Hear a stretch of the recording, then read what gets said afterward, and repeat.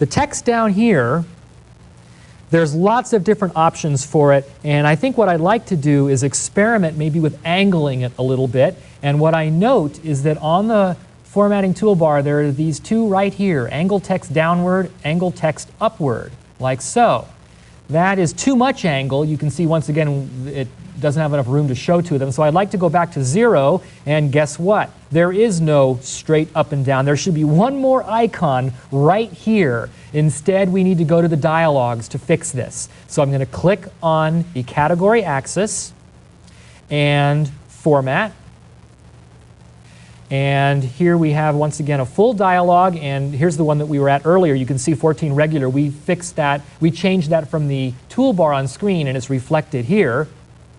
I want to go to alignment, where instead of 45 degrees, I want something along the lines of 60 degrees. And I can do that here, or I can dial the number up right here if I want. Let's see what 60 degrees looks like. That's better. All 4 of them show now, and that angle is just a little bit better.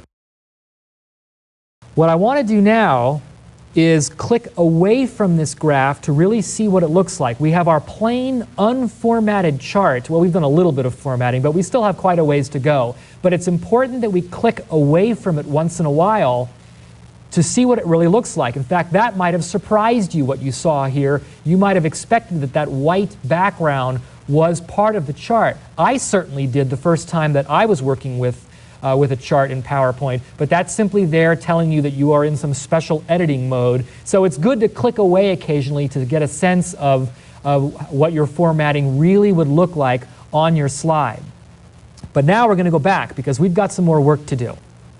And now that we know that the background isn't really white, maybe we should talk about what the background should be. Now I clicked once, and you can see what this pop-up says. It says chart area. That's like the entire area, and that's what we want to format now. So if I right-click and get to here, we now have this dialog box, which I'll put in the center. And there's 2 things that we can do. We can change the border around it, and the color, and the font. We are interested in, right here, changing the color, and I want to pick maybe this light blue right here. And you can see the sample that it shows us down here. And again, from this fill effects dialog, we can go to town with all the stuff that we saw earlier. No thank you. This is just the background of a chart, so we don't have to get too fancy here. But this color here looks like it might be right.